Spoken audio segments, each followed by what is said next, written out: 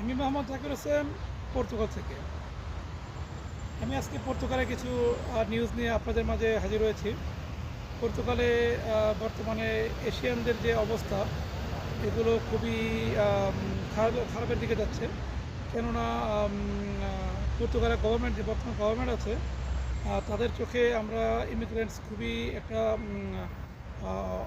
অসতর্কতামূলক অবস্থায় আছি।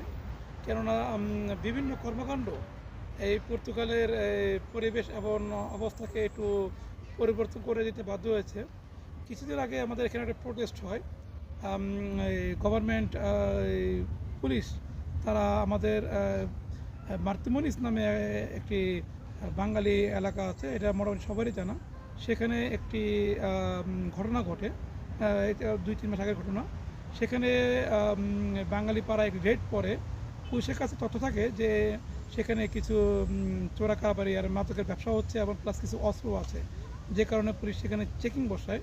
বাট সেই চেকিংকে নিয়ে বাংলাদেশের কিছু সাংবাদিক, কথিত সাংবাদিক, তারা বিভিন্ন পত্রপত্রিকায় বিভিন্ন কথা বলে এবং এই নিয়ে একটা প্রোটেস্ট শুরু করে অ্যান্টি গভর্নমেন্ট লোকদেরকে নিয়ে, এবং সেখানে প্রচুর কথাবার্তা হয় এবং প্রচুর নিউজ হয়।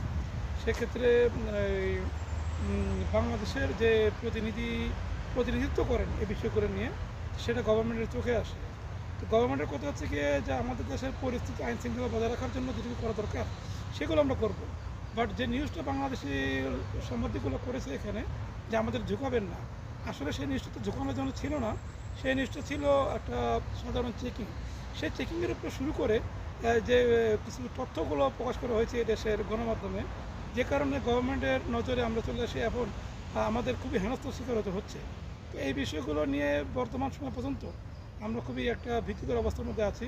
কারণ বর্তমান গভর্নমেন্ট অ্যান্টি ইমিগ্রেন্ট, তারা ইমিগ্রেন্টের বিরুদ্ধে কাজ করতেছে। আগের যে গভর্নমেন্ট ছিল তারা খুব সহায়ক ছিল ইমিগ্রেন্টদের ব্যাপারে, বাট এখন সেটা উল্টো, যে কারণে অনেক কথাবার্তা চলতেছে। এখানে আরেক দল আছে শেখা, তারা খুবই ফুললি অ্যান্টি ইমিগ্রেন্ট, তারা খুব কথাবার্তা বলতেছে। সে কারণে আমরা একটু ভীতিকর অবস্থায় আছি। কারণ এখানে পর্তুগাল একটা গরিব দেশ, এই গরিব দেশের মতো এলাকায় আমরা আসছি নিজের কাগজপত্র করার জন্য। সেখানে আমাদের নেতাগিরি চলে না, বাট সেখানে এগুলো হচ্ছে, যে কারণে গভর্নমেন্টের নজরে আমরা চলে আসছি এবং খুবই একটি ভীতিকর অবস্থান চলতেছে। তার মধ্যে এখানে যারা নতুন আসতেছে তারা কাজ পাচ্ছে না, কারণ এখানে কাজের অবস্থা ভালো না।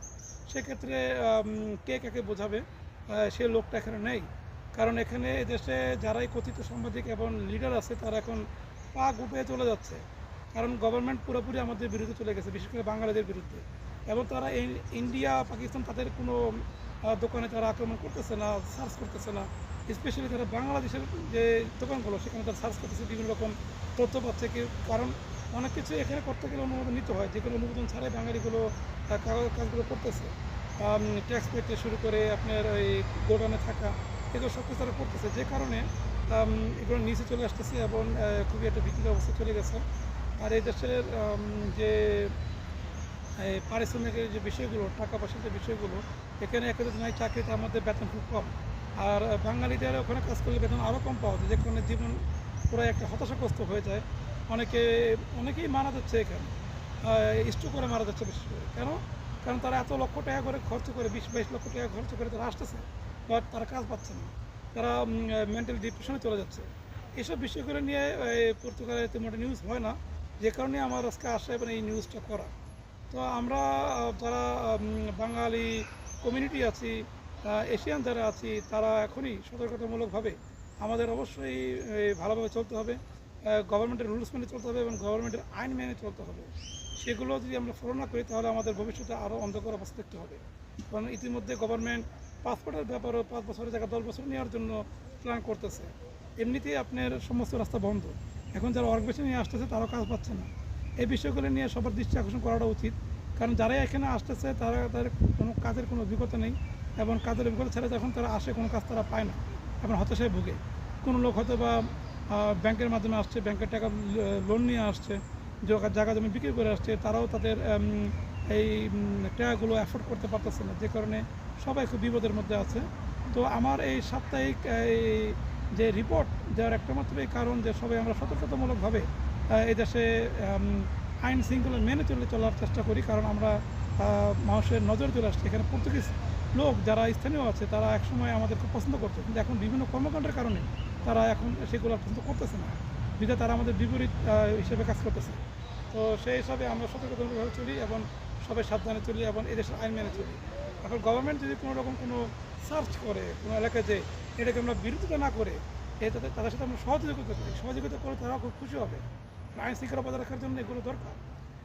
যাই হোক, তো আমি নেক্সটে আপনাদেরকে এদেশের পরিস্থিতি নিয়ে আরও কিছু কথা বলবো।